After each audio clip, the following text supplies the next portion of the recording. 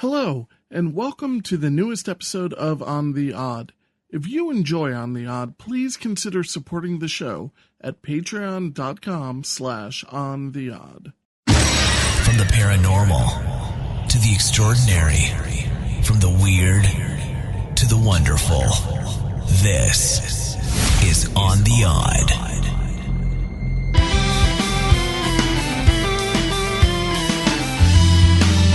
I'm trying to be someone and one more than ending and push one on the red that's the back. Someone won't just get shit like that.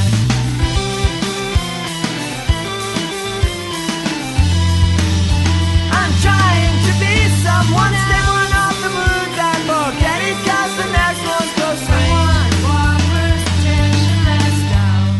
If words spread friends, then you're the one who could. Today, we have a very special guest. Her name is Ann Eller. She has had a diverse and expansive history as an elementary school teacher, nurse practitioner, surgical nurse, medevac nurse. Well, you are a medevac nurse for the Peace Corps, an author, White House volunteer, world traveler, and worked very closely with astrophysicist Dr. J. Allen Hynek. You've had your own extraordinary experiences with alien visitors. In your book, Dragon in the Sky, Prophecy from the Stars, you tell of your astonishing experiences and a message from the stars. You make an appeal to higher consciousness and UFO disclosure. Her personal philosophy is that we are here to realize our passions and dreams, and in so doing, we are naturally following the path back to the source of all creation. Please welcome to the show, Ann Eller. Thank you so much for taking the time out today to speak with me. Well, it's good to be here with you, Mark. I didn't know about your show until you contacted me, and I'm glad to know about it. Oh, great. It's the greatest show nobody's ever heard of. A lot of people say that. I don't know. I think I'm buried in the vault of iTunes. But I think I try my best to put out halfway decent content and speak with interesting people such as yourself. You really have had a tremendous career and experience with everything you've done and the people that you've been surrounded by. I wanted to know, how did you first get involved with this entire... I hate putting just a thumbprint on it, but the entire UFO universe. Well, there always is a starting point. Yeah. And the very first inkling I had that there was such a thing as UFOs was in the early 1960s. I read a condensed version of the Betty and Barney Hill story. That was the first abduction story that really hit the press, and I was so impressed with it. Mm-hmm. And at the end of that article, the author said, "Fact or fiction? We'll leave it up to the reader to decide." And my reaction was one of being incensed that he would even think they were making that up, that of course it was true. How I knew it was true, I didn't know. And then we fast forward to 1976, and I started having dreams about UFOs and aliens and other planets. I had them night after night for 4 solid years. So I started reading everything I could get my hands on about the subject, and in every book or every article or usually every community gathering I would go to on the subject, I would hear this one name, Dr. J. Allen Hynek. Mm-hmm. And I thought, well, this is the guy that's got to have all the answers. He's at ground zero. He's in the middle of all of these sightings and abductions. So I wrote him a letter, and I told him about my dreams, and I said, I'm looking for answers. And I said, if you can't give them to me, please point me in the direction of somebody who can. Maybe there would be somebody in Arizona he could connect me to. And then I didn't hear a word from him for 9 months. Wow. And one night at 9 o'clock, I'll never forget it, it was 9 o'clock, the phone rang, and it was Dr. Hynek. And he said, I want you to know that I'm interested in your dreams. He said, I just found your letter under my desk. And then after I got to know him, that was kind of typical. He didn't keep a very organized office. Scattered desk. That was truly him. So he asked me to send him a log of my dreams, and I did. And I was hoping that he would answer after he had a chance to read them, but he didn't. He had told me that he had a colleague in Sweden that was doing a research project on these dreams. He said, because people are having them all over the world. So anyway, didn't hear another thing from him for 5 years. Oh my God. You're very patient. Oh, I just gave up at that point. And I was a nurse, and I was working nights at the hospital. And one morning I came home and opened up the Phoenix paper. And on the second page, the headlines were Dr. J. Allen Hynek brings UFO research to Scottsdale, Arizona. I couldn't believe it. It was 5 minutes from where I. So I thought, this is fate. I have to do this. So long story short, I got the address. About 3 or 4 days later, I went over, and they were just setting up things at this townhouse. And he wasn't there, and the two principals that were helping him were not there. They were having an interview downtown. So I just mulled around, and the doors were open, and there were other people walking in and out. People had come from all over when they heard Dr. Hynek was going to be there, just to tell him about their experiences. So anyway, long story short, I said, I have to be involved. And Brian said, sure, come on over and you can set up the office, which I did. Wow.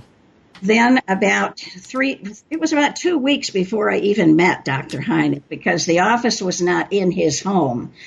And so about 2 weeks later, he came over and I was introduced to him. And then about a week after that, he called me and said, would you be willing to come to my home and get my office organized and be my secretary full time? Well, I was amazed. Of course I would, I couldn't say no.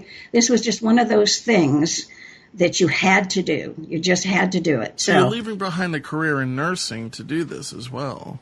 Yes. Okay. I quit right then and there.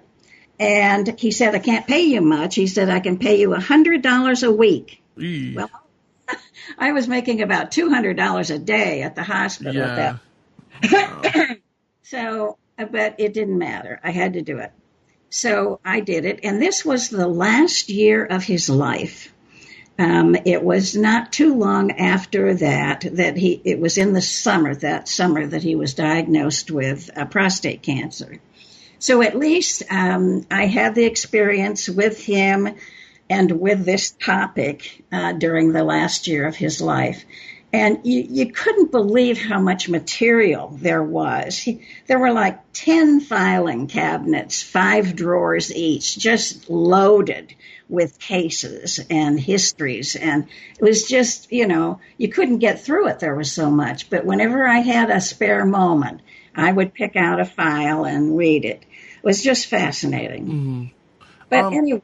Do you think by being around him and getting more involved, do you think that led to an internal awakening of even more knowledge or more experiences that would come to you later in life?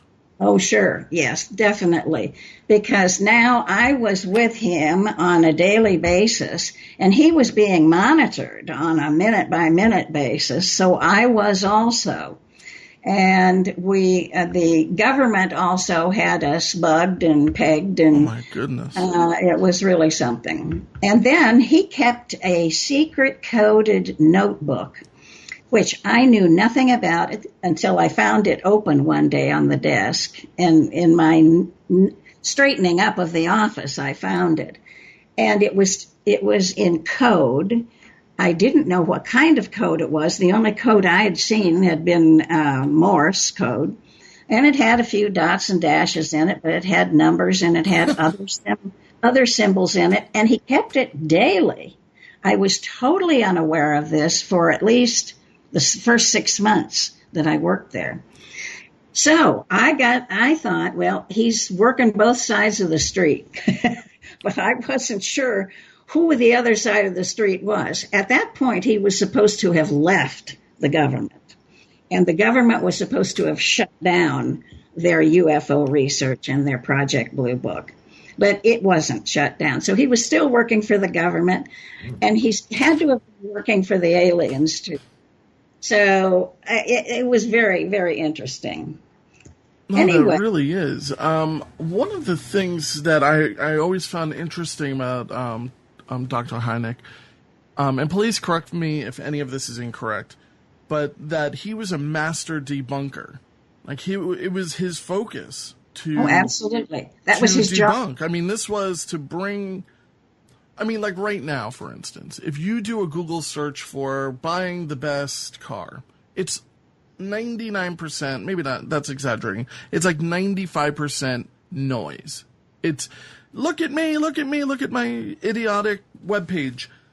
And it was almost like his job was to sort through all the noise and find just that small percentage, let's say 5%, which is a tremendous amount of actual evidence. And find it. And he was, he had the mind to do that, which is really phenomenal. But not only that, but he came in as a full skeptic. Is that correct? That's correct. He did, wow. But he certainly changed over the years. He became very knowledgeable about the fact that it was real and that he was contacted. And I knew he had been contacted. You couldn't have been him and been in his position without it. And I kept saying to him, come on, tell me about it. Tell me who's contacting you? What are they doing? What are they saying? I was so interested in all of it. And he would just sort of smirk or smile and wouldn't say a word, never said a word about it. He was very closed mouth. He held his cards very close to his chest. And you had to if you were being watched by the government every minute. But I thought at least he could talk to me. But on his deathbed, the last time I visited him before he died, he looked me straight in the eyes and he said, I want to tell you something. I have had my own UFO-Alien experiences. So he just authenticated what I knew was happening already, but I didn't know who he was in touch with or anything about it. Did he have any theories about the afterlife that you know he of? did. He was a closet Rosicrucian. Oh. He was very interested, and they're sort of loosely associated with the Freemasons. Mm-hmm. And he was very interested in the occult. He was very interested in spiritual matters. I gave him the book, The Path of the Masters, by Julian Johnson for his 75th birthday. And it's a book about 6 inches thick. I mean, it's a huge book. And he went through that book with highlighter in hand, and he wrote notes in the margins and questions and underlined and highlighted. He just gobbled it up. And so he was very spiritually oriented, but you would never know that. He wasn't one to say, there's a God, I believe in God, or anything. Yeah. No, that was just part of him keeping himself very secret. So when he passed away, I'm not going to imagine, you don't come off as the type of person to say, well, I guess my journey ends here, So what was next for you after? You're surrounded by all of this knowledge. I'm going to imagine that you continued reaching out to find more and more about the things that you were surrounded by. I'm sure you met fascinating people. And I think on a natural basis, even if you had not worked so closely with him, you might have fallen into the same path. because you did have a number of experiences throughout your life. And I also wanted to know if you could talk about your experiences as well as what was next after his passing. Well, I at that point, after he passed, I had moved over to California. I was living with my daughter, who was about to deliver my first grandchild. So I went over there to help her. And from there, I went to Findhorn to a One Earth conference. And at that conference, I learned about India and all the spiritual goings on in India. Make a long story short, I became initiated by an East Indian spiritual master. Is it Hindi or no? What's the philosophy it's behind it? Science of the Soul is what it's called. Okay. And it's not Hindu. It's not Sikh. It's very different. It's studying the paths of the masters. And it's a philosophy. And I meditate daily for 2.5 hours, and I'm a vegetarian, and on and on and on. Wow, 2.5 hours of meditation? Yeah, yeah. I follow TM. Like I'm a big advocate of transcendental meditation. Sure. And when I first got into it, which was in the probably around 89. It didn't cost $1,000 to learn TM. I think it was like $140, and it was considered a donation. And I, at the time, I just thought, oh my God, I have to meditate for 20 minutes twice a day. I don't have time like that. And I was told, if you don't have 40 minutes a day to meditate, then you really need to meditate. That's right. I just got that same thing when I thought, wow, 2.5 hours, I don't know if I would have the time. And it makes me question, well maybe I need to look into that. Maybe if I don't have 2.5 hours to do something that will better my soul, maybe I really do need to do it. I need to find that the time. master always said that meditation needs to be your absolute first priority, and that you do that at the expense of anything else in your life, but you don't cut that out, or you don't cut that short, because the meditation is the most important thing. It's where everything is, and it's where our spiritual life goes. And it's extremely important, but it's very difficult because we're human beings and we've got all this other distraction going on around us. Absolutely. So they understand that you don't just start off day one and sit down for 2.5 hours. So, and he's very patient. So actually, I don't know if I could tie this into it, because on your website you have, I just want to bring it up here. I find it fascinating. The focused life form energy, and I was wondering if that's something that you does that kind of go into the entire realm of I guess spiritual awareness? And yes, let me tell you a little bit about it. That's what I know nothing about it, and I would just love for you to talk about it. And it might be, to be honest with you, it might be one of those type of things that I think maybe I need. I don't know. And the great thing is you can try it for free for 30 days. But anyway, it's called Focused Life Force Energy.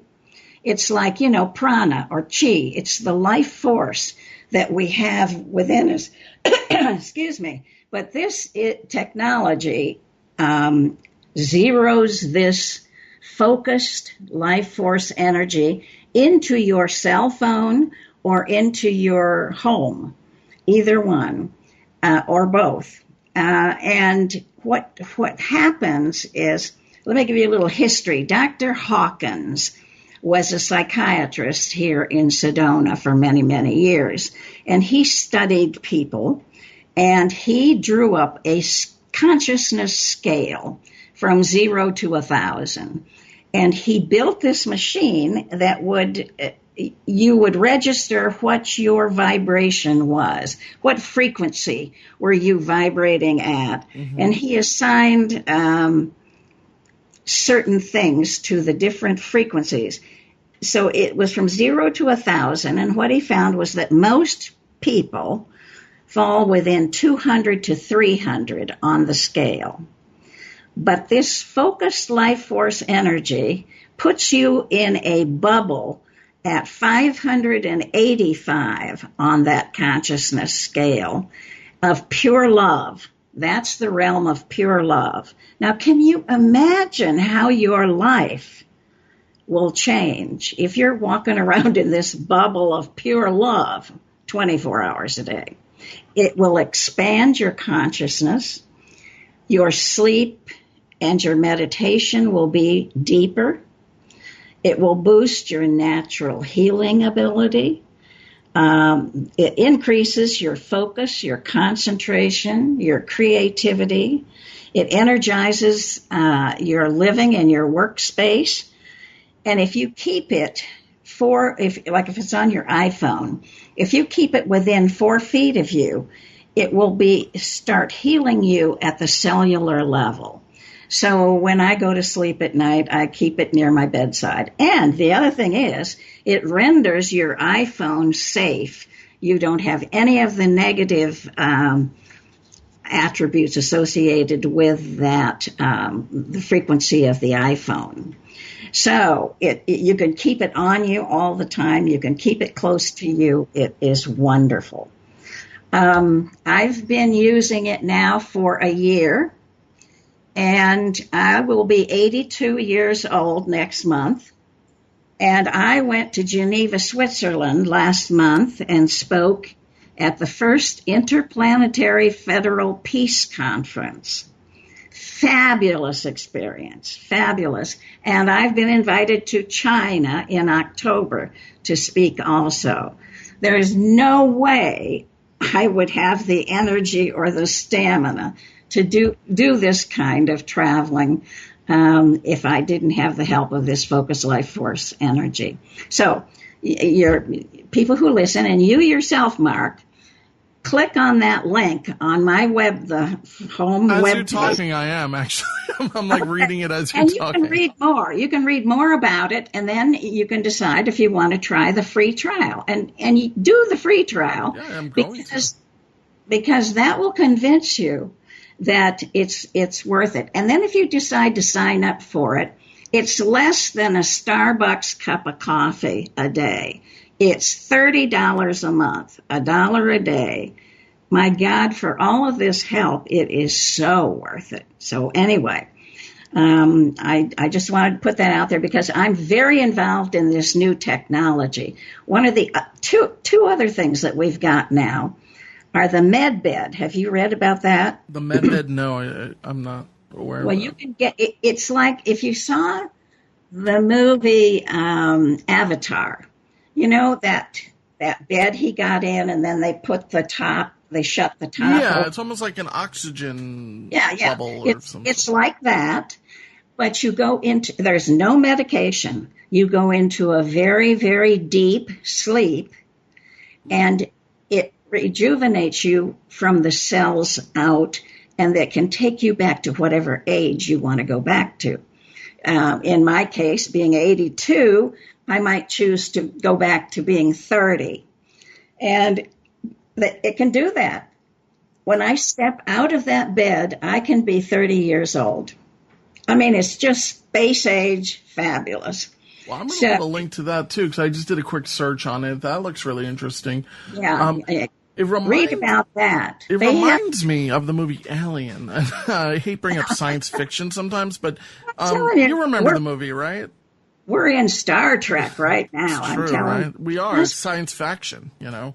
We have that handheld recorder that they had in Star Trek where it scans the body. It diagnoses what's wrong, and then you press in the buttons, and it will heal you. Yeah. We have that now, too. It's amazing.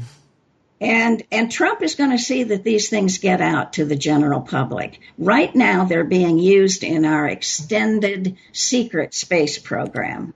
You know, I know a lot of people don't support a lot of, you know, what Donald Trump says, and sometimes it can be a little jarring because he speaks in a different manner than a lot of people. But I don't think anybody can deny that he wants to release as much as he can when it comes to things like this, like technology and forward-thinking things. He wants He wants a small business with an awesome invention that really works to get out there and sell millions and millions of them because it makes a better economy. And it makes a better people, really. A lot of people don't understand why he is president, but this was planned a long time ago. He was chosen a long time ago just for this time to be the president to save this United States, because we were going down real fast under the elite cabal that has been running the show and screwing us. So, I do want to just mention, mention, if you don't believe in him, if you don't like him, just know that he's doing everything he possibly can to improve your life. I say to people who don't like politicians of any type, I live in New York. It's a very questionable state. Yeah. Yes. On Long Island of all places, So I understand controversies and, scandals. But I always tell people, look, find a better candidate then and support that person. Get behind them and get more involved, even with local politics, and get behind people and share your ideas. Run for some level of office, but don't just sit there complaining. Do something. Right.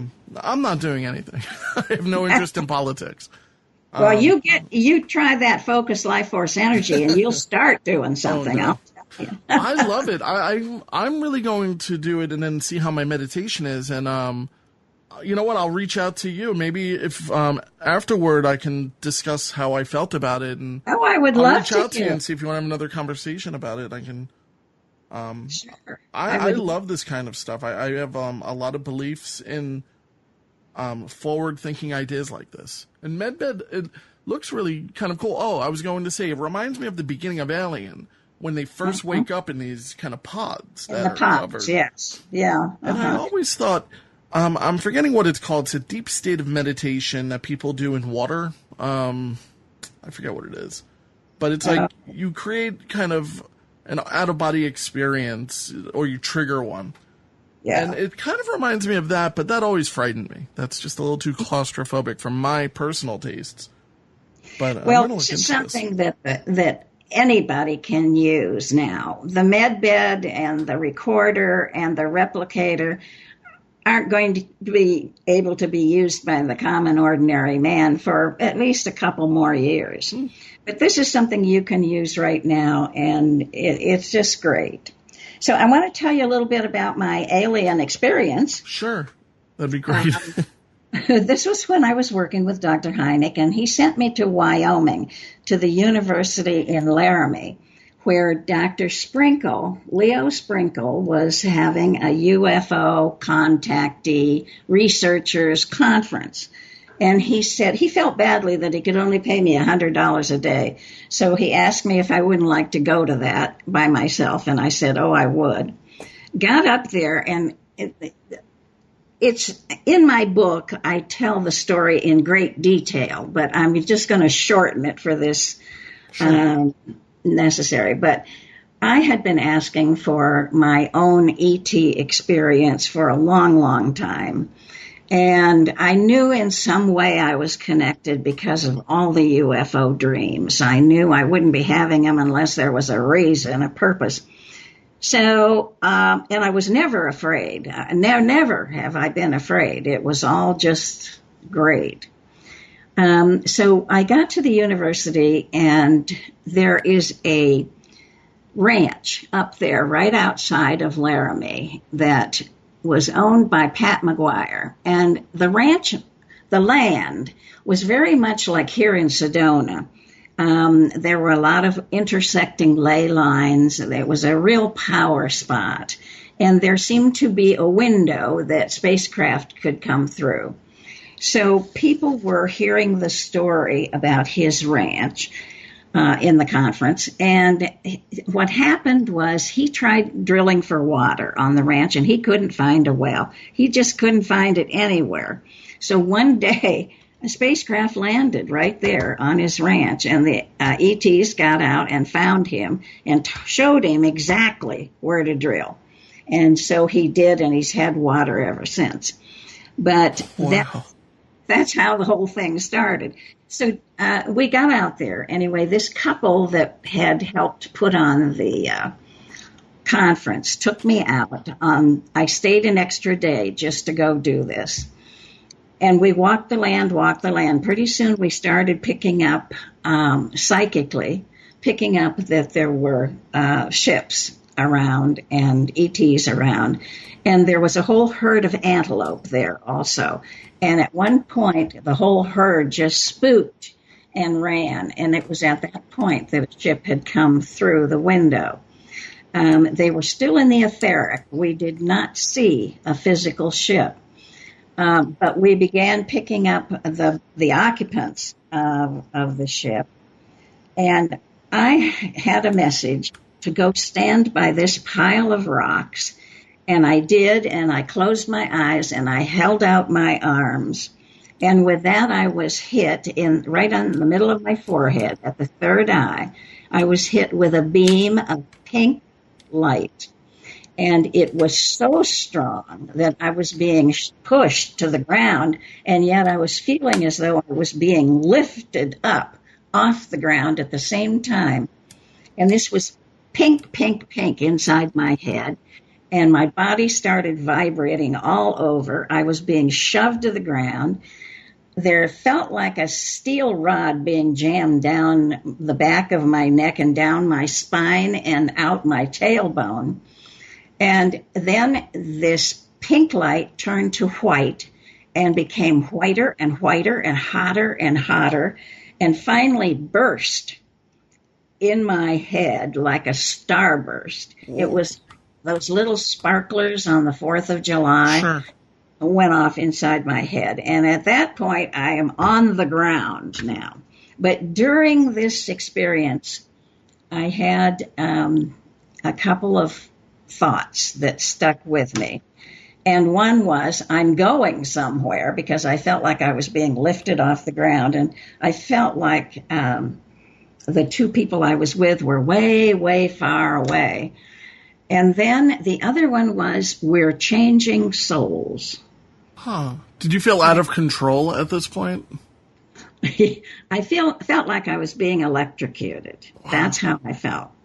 And they came running over to me as I was nothing but a heap on the ground, saying, are you all right? Are you all right? And I opened up my eyes and looked at Connie, and she said, oh, my God, look at her eyes. And so her husband came over and to see my eyes. All of the color was gone. My eyes were pure white. Whoa. And I have very blue eyes. It was very white at that point. Anyway, big storm is now coming, and lightning and thunder and wind and rain, and you never saw such a more spectacular thunderstorm in all your life. So we headed back to the truck, got in the truck, went 25 feet and ran out of gas.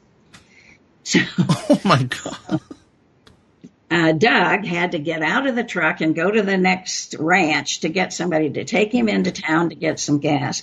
So there were 3 of us women in the truck then, watching this fabulous storm. And during that time, my eyes were forced shut 5 different times. And then I was given 5 symbols every time I closed my eyes.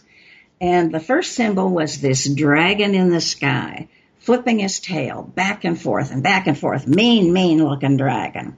The second one was a 3-pronged trident with a 5-pointed star on the middle prong. And the third one was an emerald cut gemstone. And I didn't know whether it was a crystal or a diamond because it was clear. And the fourth was a Maltese cross. The fifth was an arrow pointing straight up. Well, by that time, he's back with the gas, and we go into town. We left out there at, I don't know, probably, we were back at the restaurant by 10:30 at night. Now, something seemed a little odd, because all of a sudden the sun had just gone down. Now it's 10:30 at night, and it was like only a minute went by. So it was Dr. Hynek, when I was relating this whole story to him when I got back, he was the one that said, it sounds to me like you had missing time, so you probably were taken aboard the ship at that point. And then we ate, and the plan was, because we felt the experience was not finished, the plan was to go to my dorm room and get dry clothes and then go back out to the ranch. And the aliens had said they would wait for us. They had given Connie that message. Well, it's pouring. It's midnight. I'm in no mood to go back out to the ranch. So I said, why don't you come spend the night in the hotel or the dorm room? Right. We'll stay together and we'll see if there's anything more. So we did. And at 3 a.m. in the morning, here they came in the room. All of a sudden, Connie's face started to change. And I said, Connie, your face is changing. And she held out her hand to Doug and said, Doug, take my hand. This is going to be a heavy one. Well, I didn't know what she was talking about. I didn't know that she could do this. I didn't know she was a medium. I didn't know anything about her. Here they came over the top half of Connie, from the waist up. They projected their images. And I'm telling you, they were fabulous. They were all female. They had round eyes, but about 3 times bigger than ours. They were beautiful. They didn't have any hair. Each one had some ornament on their head, either flowers or one of them had a crown. She was the higher power. At one point, they said, we will withdraw and let the higher power come through. And I thought, my God, the higher power. I was blown away with what was there already. Yeah.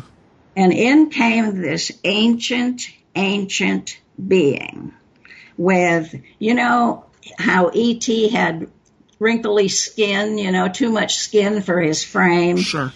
That was what she looked like. She had these big eyes, beautiful gold eyes, and the love that poured out of them was unbelievable.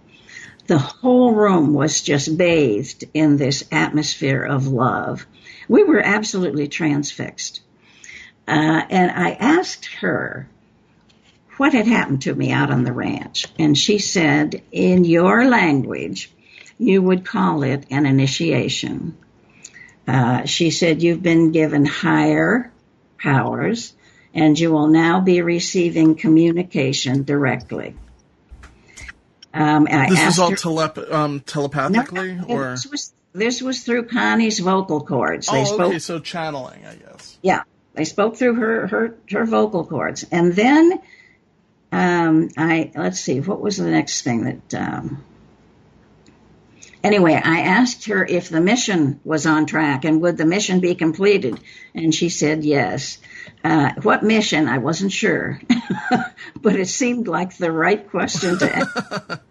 And anyway, I asked her if she would stay with me because I just wanted her to be with me. I didn't want her to leave.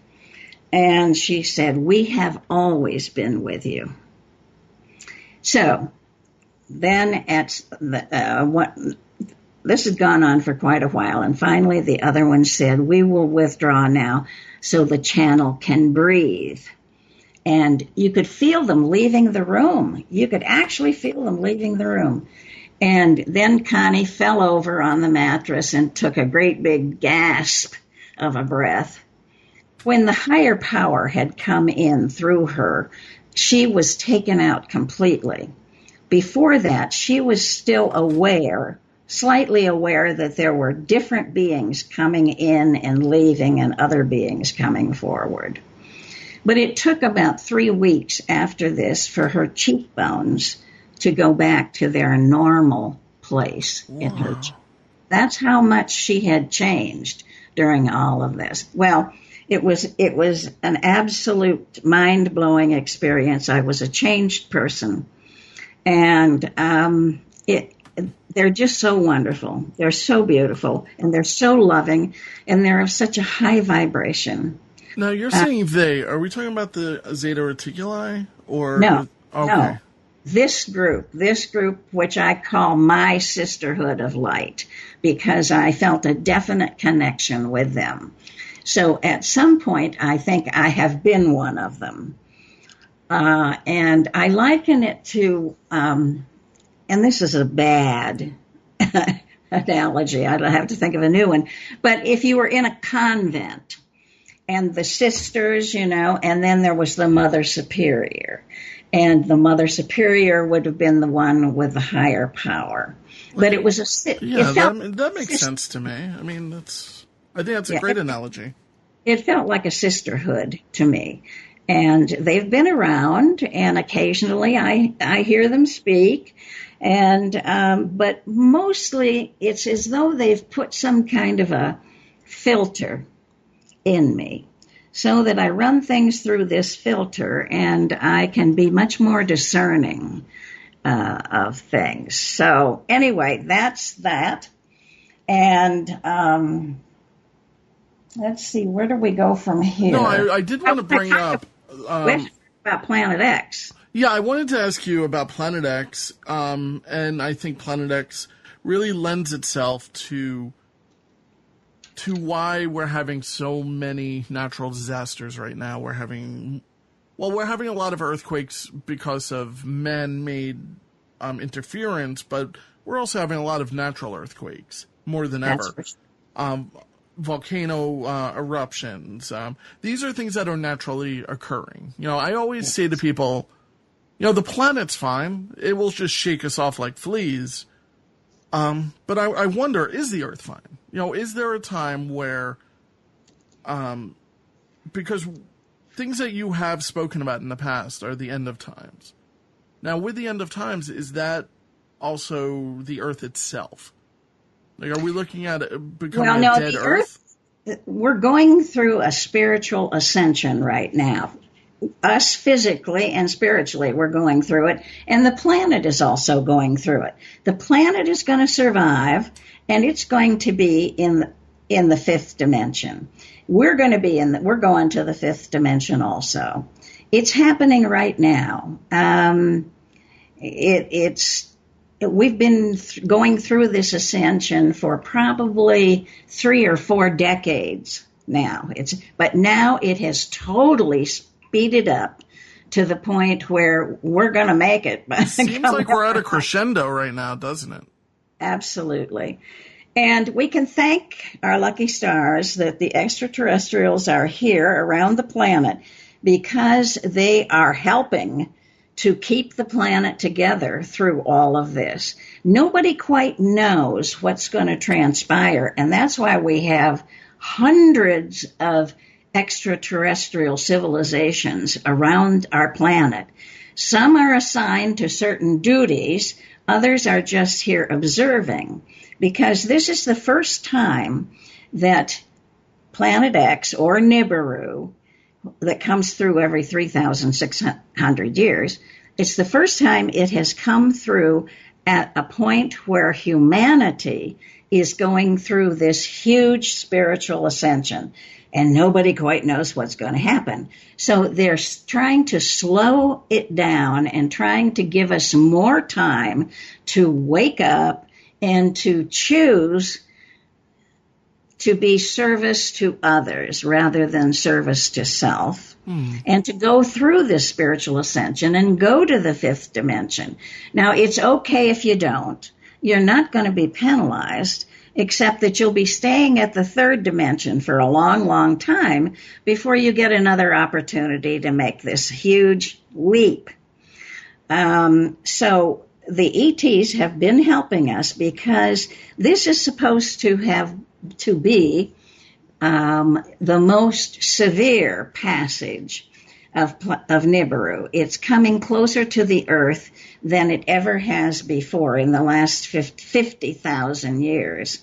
So the ETs are helping. Now, we started out saying, I thought this was going to all be finished and done with, that it had come and gone and we've been tipped over And I thought that would have been done by 2012.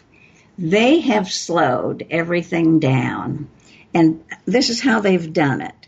One of the things they've done is they've been shutting down all the nuclear missiles. They have not permitted anything nuclear to happen. And they're on top of that now, too, because we've got these little nuclear suitcase bombs that the cabal is trying to set off. Sure. But anyway, they're in charge. They're in charge of that, the nuclear missiles. They're shutting them all down. They've been placing, for a number of years, they've been placing these humming metal boxes strategically over fault lines and tampering down the explosive energy from the earthquakes. So we're not having as bad earthquakes as we could be having. But I want to also tell you that USGS is dampening down the seismographs so that the earthquakes are being reported as at least 2 numbers lower than what they actually are. So if you see an earthquake and it was at a 6, you know that was at least an 8. It's also no longer on the Richter scale. Yeah. So, yeah. Which also clocks higher. At some point, when Nibiru passes us, the whole planet will be having earthquakes and volcanic eruptions, and the whole planet will be ringing like a bell. You know, it's going to be really something. But also, they can do things like they held back the monsoon storms for that Thai cave rescue of those 12 boys. Yes. That was right in the middle of the monsoon season. Yeah. And they held back that storm for a number of days until every one of those boys got out. Well, I have little doubt about weather manipulation and that we've been able to do this for a number of years. Yeah. Decades or who knows how long. Well, you know, Planet X is Nibiru. It's also called the Destroyer, the Red Star, Wormwood, and this is the dragon of my book, Dragon in the Sky. Now, when will Nibiru be able to be viewed, if you have a telescope? It's being viewed all the time. Pictures are being taken of it all the time. They first tracked it in 1983. But it was first seen without a telescope in 2003. So look, this is 2018. 15 years later, what happened was, as it got closer, it entered the solar system, and as it got closer to the sun, it became, it was just shrouded in that bright light, the glare from the sun. So for several years, we couldn't see it. But now it's past that, and it's in between us and the sun at the present time. If you go to poleshiftning, NING.com, poleshift-ning.com. The whole thing is Earth Changes, poleshiftning.com. Oh, I see, yes. Okay, go to that and then go to where they place the photos, the pictures of Nibiru. And you can't believe how many kinds of pictures they've got. And I mean close up. It's on our doorstep. It's 4 times the diameter of the Earth. Do we have a prediction as to when it will be passing? No, they won't tell us. No, they won't tell us because they don't want the powers that be. They don't want the bad guys, the black hats, to know exactly when it's going to pass. Because they think they would be doing something devastating to us humans. They can control us if we don't know what's coming. They were supposed to have announced it. Reagan signed an executive order to keep this a secret back when he was president. Mm-hmm. So it's been one of those secrets that our government has had all these years. that they haven't talked about. What can people do to prepare for something like this? Well, or is there anything? I mean, is this one of these luck of the draw type of situations? no, there are things that we can do. And the first most important thing is your own inner spiritual guidance, and make peace with your own God. Get your affairs in order. Tell your families and your friends how much you love them. And forgive them. Forgive anything. Forgive everything. And ask for forgiveness yourself. One of the things to remember is there is no death. So we're just, if we leave the physical body here, we're just going to go on to our next incarnation. Journey. I like to call it journeys or adventures. Sure. And it is an adventure because we just have no idea yet. I mean, for sure, we can't put our finger on precisely what each and every person will go through, because I do think it's unique, depending on who you are and what you've done. And there are some survival basics that you can do, like stocking up on your food, water, medical supplies, having an emergency plan, know your neighbors and your community, locate outside of the cities, and if you can move 100 miles inland from the ocean. Right. I have seen this. I had a vision. And I have seen what happens when Nibiru passes and when the earth tips over and the oceans slosh out into space and then slosh back again across the planet. So you want to be as far away from the big oceans anyway, and go to a higher elevation. I am 3 miles from the Atlantic Ocean, and the other side of me is... You might want to go another 97 miles. And I think I'm 30 miles from Manhattan, so I don't... Manhattan is going to be one of the first things that goes. I can't believe there's as much on Manhattan, just right now on a beautiful day. I can't even believe the size. Yeah, I can't believe that the bed underneath doesn't crack or something. It's just something about it. Just maybe I just don't know enough about how these buildings are built and the platform and the bed underneath, but it just doesn't seem to make a lot of sense. Trillions and trillions of tons of added weight, you know. Yeah. Well, it's the same as how they've built up on Oahu over in Hawaii. All those high-rise buildings, you think, my gosh. And you want to prepare for a camper's life. Get out of the city, get up higher, get away from the oceans, and pitch your tent. I think being prepared for it, I mean, as a Long Islander, we are prepared for minor disasters at all times. You know, I have a gas-running generator that I could just kind of up and run with, or I can even connect to my house. I have, that's good. I'm a Cub Scout leader, and I'm becoming a Boy Scout leader, and my son is a Cub Scout.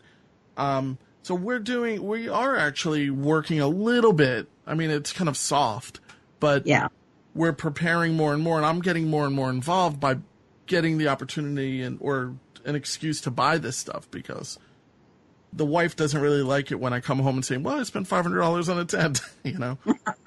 But you know what? When you're sleeping in that tent and you're alive and safe, maybe, you know, you look at each other and think it's what a worth small price to pay. It's going to be worth it at that point, yeah.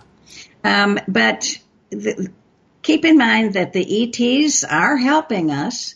They can't interfere, but they have been given permission to do certain things to help. And for whoever survives, however many people survive this thing that's coming, they will be here in the after time to help with their technologies. So if you survive it, you know that you are going to have help from the ETs.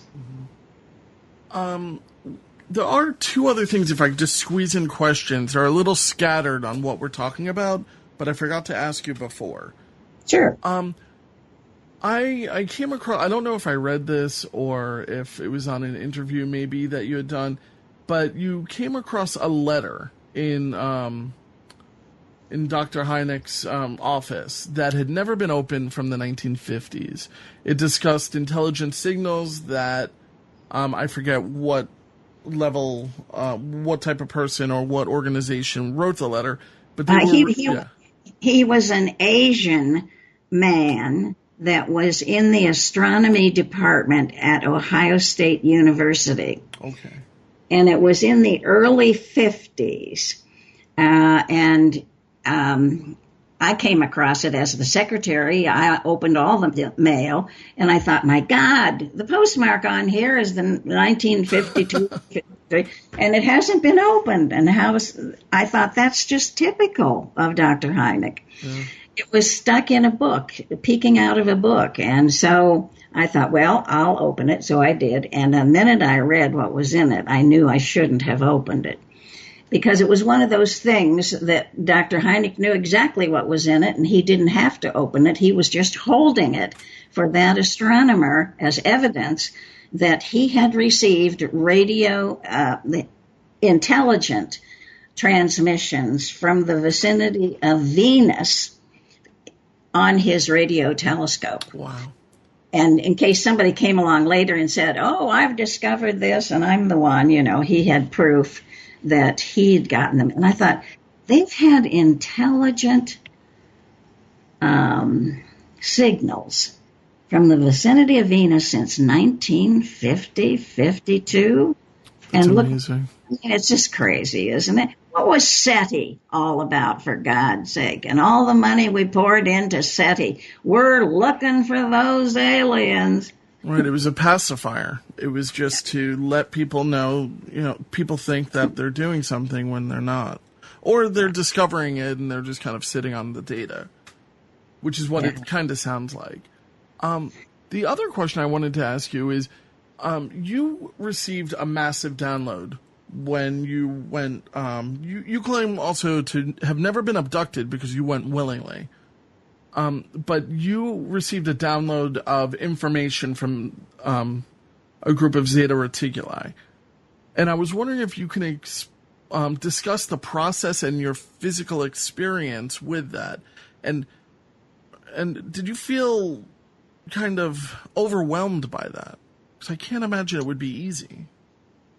I'm not sure what you're referring to. Okay. Maybe I could have misinformation.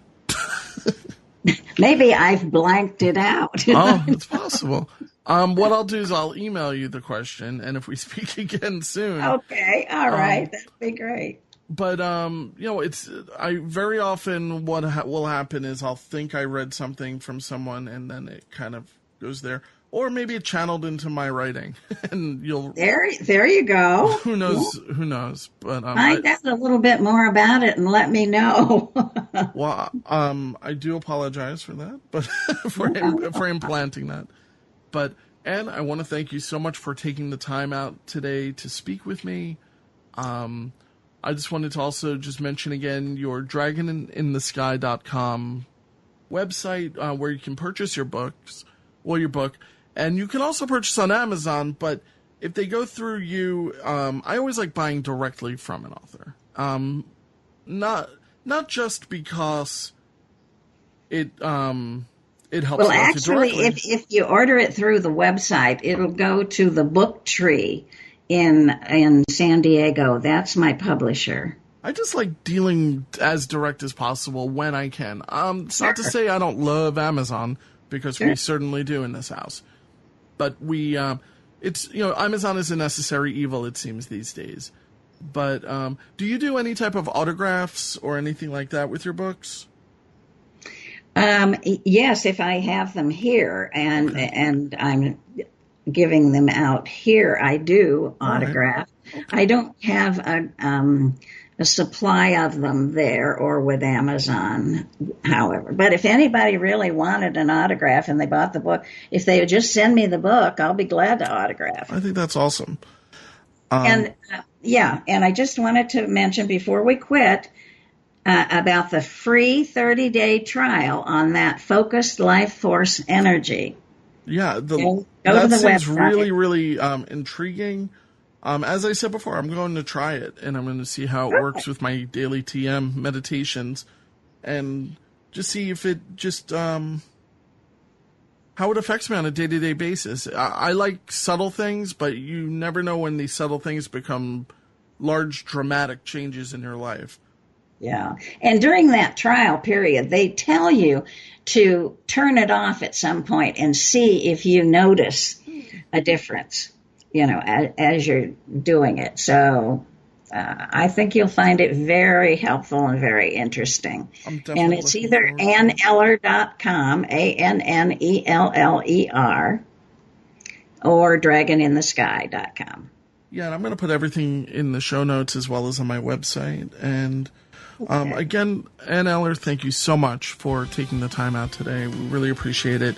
And if you ever want to come on again, the door is wide open. Please just let me know, or you'll probably hear from me. I'll pester you. Thank you, Mark. Thank you. I've enjoyed it, and I hope that the information has been enlightening for your audience and helpful. Me and too. I just want to bless everybody.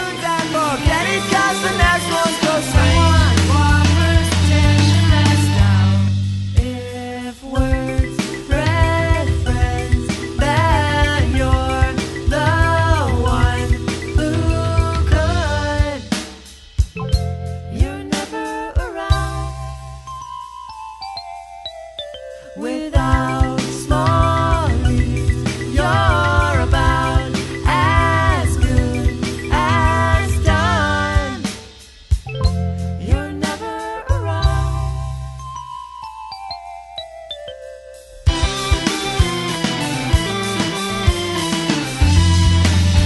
I'm trying to be someone else for the ending and push one on the ledge that's the back.